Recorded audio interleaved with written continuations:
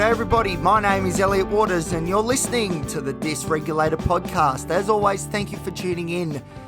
Well, today, tell me someone, is today Thursday? I check my calendar and I see Thursday. Now this is a little bit scary because the last sort of thing I remember was Monday afternoon having a bit of Seroquel, quetiapine, and then planning to sleep for the afternoon and then get up for dinner and continue on our merry way. But that didn't happen. It's now Thursday and I don't know where Tuesday or Wednesday really went. And this is why. So in Newcastle, there is one premier live music venue and nightclub, and that is the Cambridge Hotel. And I've been fortunate enough to work there for the last 6 to 7 years, which is great. The only problem is it's closing down, or it has now. We had the big farewell festival over the weekend.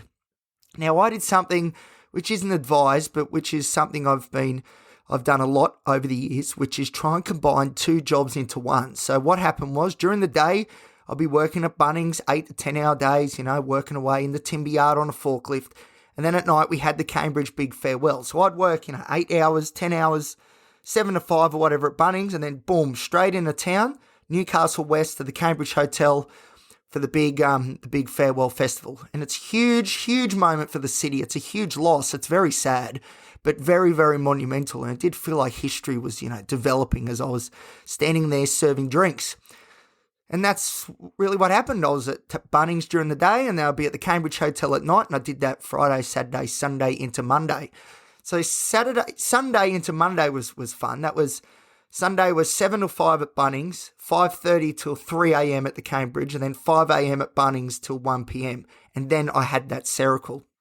So over the weekend, I've had single digits amount of sleep for the whole 3-4 days. It's just been an absolute, I have just been in the grind and just pounding away as I've done many times in my career so far. This isn't anything new.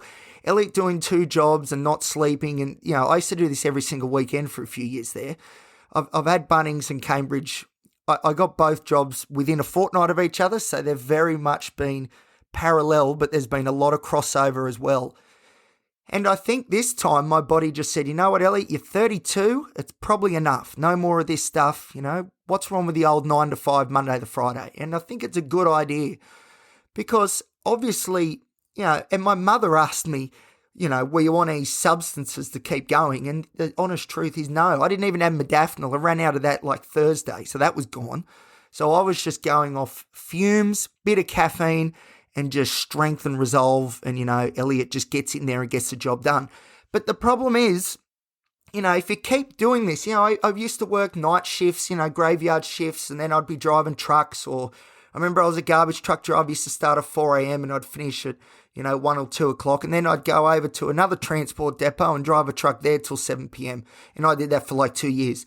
Like, I need to stop doing, these crazy sort of shifts because at the end of the day, they're not really getting me anywhere. As I sit here right now, I'm about to beg you all to sign up to my Patreon. That's patreon.com/Elliot Waters. Please sign up, $10 a month to help me stay out of trucks and do the 9 to 5, Monday to Friday. And get me back into therapy. Support the podcast that supports you. Okay, I've got it all out. But yes, you look at my career, I've always had 2 jobs. I'm always doing weird hours. I'm doing graveyard shifts or I'm doing doubles back to back. And I've been doing it for, when am I 32? I've been doing it for about 15 years. And the thing is, I've got next to nothing to show for it. Now, this latest effort episode, you could probably call it as well, but let's say effort, that's a bit more positive. This latest effort is one for the ages, like I hadn't slept properly for like 4 days and I'd just been working, go. Absolutely unbelievable performance. But, the Cambridge Hotel closing, I think for me, it's very metaphorical. So the Cambridge has sort of represented the side of me, I guess a bit like the rock and roll star, but, that side of me that works till late, he's up at all hours and eyes popping out of my head, and I used to, and I still do, glorify that. I romanticize that, hard work. And it's because when I first started my career, I was in transport, the trucking game, and the trucking game was full of a lot of hard men and women. And I was fascinated, this is partly why I started doing psychology, because I was fascinated how people can do some jobs and just keep going. The human spirit, it's unbelievable. And I've tried to copy that, I suppose, and emphasize it in my own way. But the problem is, as I said, we don't have much to show for it. And really, at the end of the day, I would put myself up against anybody when it comes to work ethic and the ability to keep going on. And that's really great. But really, at the end of the day, what good does it do? Because I've now lost, I'm still trying to wrap my head around this. Today is Thursday, I think. Like, the last sort of memory I have is, as I said, Monday afternoon. Hadn't slept for X amount of hours, whatever it was, since like 2 days before. Having one Seroquel, 100 milligram, and being like, right, that'll get me asleep for the afternoon. I'll wake up for dinner and we go again. And we didn't. We've woken up today and it's Thursday. I cannot believe it. And it's a bit worrying. It's a bit scary. Days are just gone missing. Like, I'll never get those days back. What was going on? Talking to my family, what was going on was me snoring away, which is, probably what I needed. But at the same time, we've lost these days. It's a bit of a concern. And it sure is. I remember when I was at the Cambridge, I was filling up fridges because that's, I don't know if I've explained that, but I'm a bit of an all-rounder, a bit of a glassy. So, I'm picking up cups and washing them and I'm restacking fridges, and I was serving the odd drink as well. My fingernails are just killing me from opening cans over and over and over again. I've got cuts all over my hands. And it's a couple of battle scars. But, so I do sort of everything. And part of it was, as I said, restocking fridges and putting ice in fridges and doing all that sort of stuff. And I'll tell you, my back was killing me. And it wasn't just like sore. It was like, Elliot, you're getting a bit too old for this. You need to sort of, look after yourself. And that's something I've not been very good at. Not been very good at all, as we know. That's pretty much why I've got the podcast, because I'm trying to show how poorly you can manage your own well-being and hopefully turn it around in real time here on the show. That's the plan. But, even go back to episodes when I did my honours degree. It's the same thing, just blasting whatever substances to stay awake. Everything's done at the final minute because the ADHD just would not let go. And, sleep deprived, just smashing it, just hoping for the best, close your eyes, fingers crossed sort of stuff, and just keep working. And even as I say this sort of stuff now, I'm so proud of the work ethic and the ability that I have to just keep going. But one day, maybe I will not be able to keep going. This is what happens. And I need to identify this, which I'm sort of doing now, and try and get in before everything, blows up in my face, because I'm still very scared about the idea that today's Thursday and the last sort of memory I have before this is Monday, just after lunch, 1:30 Monday, and then boom, that's it. Today it's Thursday. I just can't wrap my head around it. And the only sort of reason that this can be happening is because the old burning the candle at both ends. I think we've just about burned everything out. So, this is what happens. People get burnout, and all this stuff. Chronic fatigue can kick in, and it can happen to the best of us. And although I glorify, working all these big hours, working through the night, blah, blah, blah, blah, at the end of the day, what have we got to show for it? Not bloody much. That's why I really need you to sign up to my Patreon. Everybody, $10 a month. $10 a month keeps Elliot in therapy. Support the podcast that supports you. But anyway, enough of that. So yes, the Cambridge Hotel closing down, like I said, for me, the Cambo really represented like a different world, because I'm a bit older.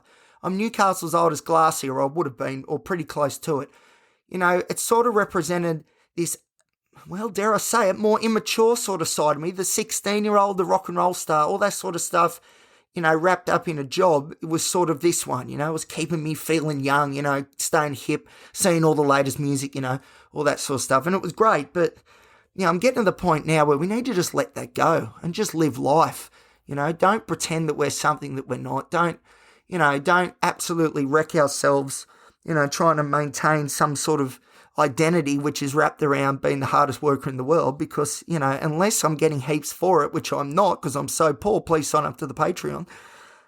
It is hard to justify, all the nights lost and all the days that are now being lost. I still can't believe it. Today is Thursday, and the last sort of thing I remember, it was, anyway.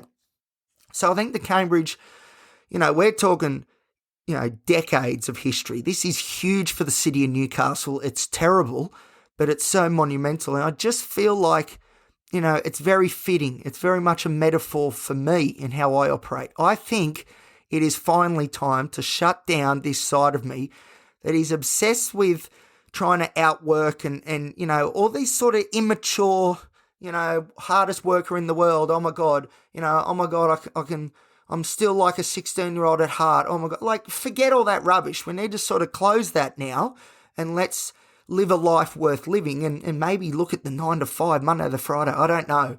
But I just feel like, and this is so hard to explain and I'm probably doing a terrible job, but I do feel like in some ways, this working in a live music venue nightclub scene, every weekend, work until who knows when, I just feel like I said, a lot of my immaturity, the subcomponents or personalities, if you like, that are a little bit immature, not developed like they should be, and to be honest, should probably be left in the past. I feel like there's a lot of that wrapped up in this. It's metaphorical, this is, it's symbolic. There's nothing real tangible about this, but I can feel it, I can feel that these sort of immature components from yesteryear are in some ways wrapped up in this job at the Cambridge Hotel.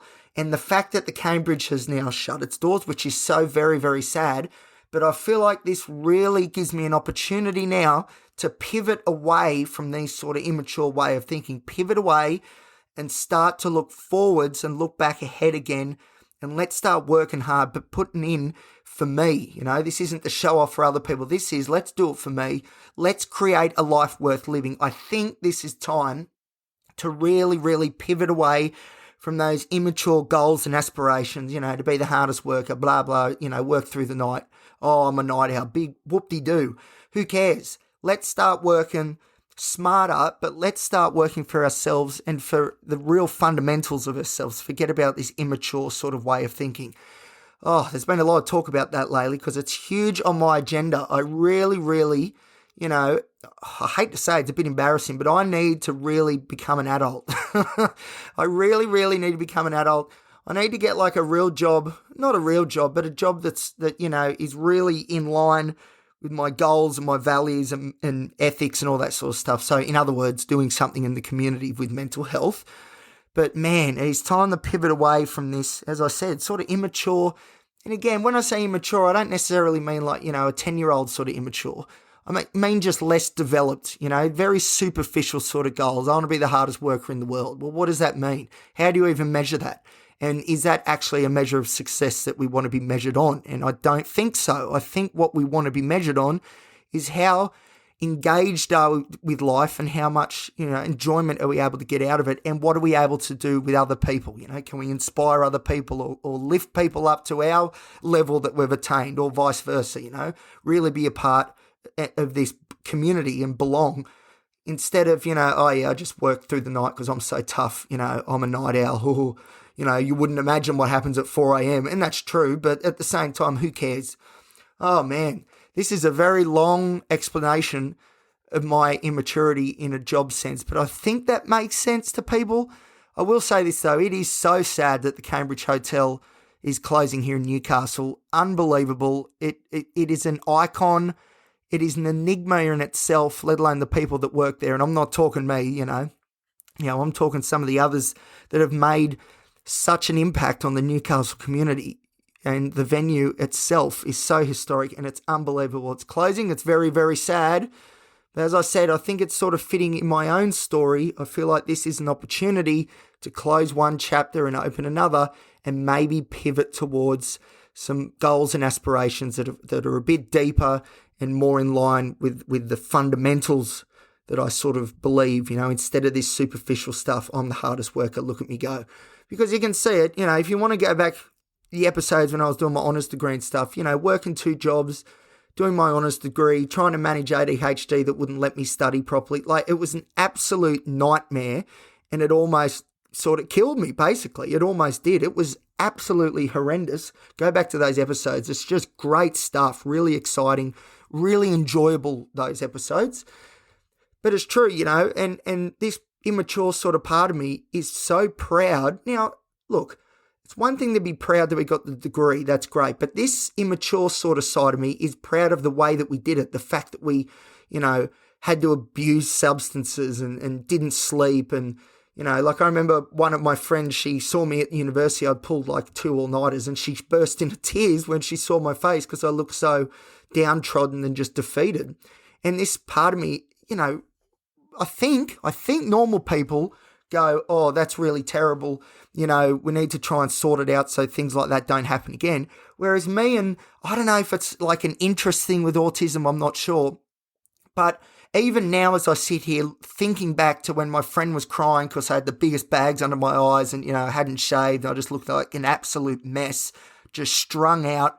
I got the assignment done, by the way, but still, there's still a part of me that glorifies and romanticizes that. And I think it's wrong. I don't think, for me to be successful, whatever the hell that means, I think romanticizing this sort of stuff isn't actually the way to go. And, I've got a funny feeling people are probably listening going, well, duh, Elliot, like, come on, how is it taking you this long to figure it out? But that's the thing, see, my perception and what I believe is true in the world and, my framework of reference, it's all twisted and distorted by these mental illnesses. And certain things are amplified when maybe they don't need to be, and other things are forgotten about when maybe they should really be focused on. And I think one of the things I sort of forgot about was, a bit of self-care, and doing the right thing by us. And something that was amplified that didn't need to be was this, ridiculous work ethic thing. I don't even know who I was trying to prove it to. I think to myself, by working all these big hours and jobs and doing everything at the same time, getting degrees done, I think it was all about trying to prove to myself that we're worthy. We need to go through the dark times before we can enjoy the light. And, as I say that again, I'm getting a bit of a feeling which tells me, yes, that is what part of my psyche believes.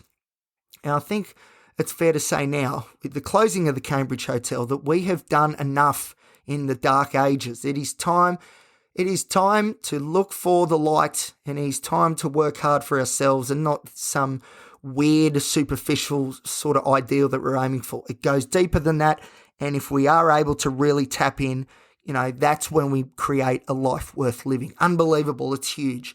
All right, well, that's enough of my ramblings. I hope some of that makes sense. As I said, the last sort of thing I remember is going to bed Monday afternoon after me 5 a.m. start, and here we are, it's Thursday, and I've got work tomorrow, and that's sort of a bit scary. But anyway, as always, thank you for listening. I do appreciate it. Please support the Patreon if you can. It is Patreon, patreon.com/Elliot Waters. And if you're enjoying the show, of course, please like, subscribe, give us a great rating, and you can share it around with your mates, and you can follow me on Instagram at elliot.t.waters. I'll tell you, if you do follow me on Instagram, you would have seen on my story my whole weekend with the Cambridge. Like, it was pretty cool. It was a great thing to be a part of, but I really think it's time to sort of let that sort of stuff go, and, we need to pivot towards a different angle, which I think will be more fulfilling and create a more successful life for me. And that's pretty cool. That's pretty exciting. Long live the Cambo. I'll say that much. I've had some great memories there. I've had some really hard memories there too. Unclogging toilets at 2 a.m., fridges going empty and just having to absolutely load it. You're in behind the bar and it's 6 deep. It feels like you're in the trenches. I could do a podcast just on my time at the Cambridge Hotel, the good and the bad. But as I said, I think it's fitting that now it is closing after 100 and whatever years, because I think, in a metaphorical sense, for me personally, I think this is one of those key moments, and it's time that we pivot just a little bit towards this way instead of this road that we've been on that hasn't really given us what we're looking for. But anyway, before I go into all that stuff again, I'm going to hold it there. If you're enjoying the show, like I said, follow, like, subscribe, do all that sort of stuff. That would be greatly appreciated. All right, thank you everybody for listening, and I'll see you next time here on the Dysregulated podcast.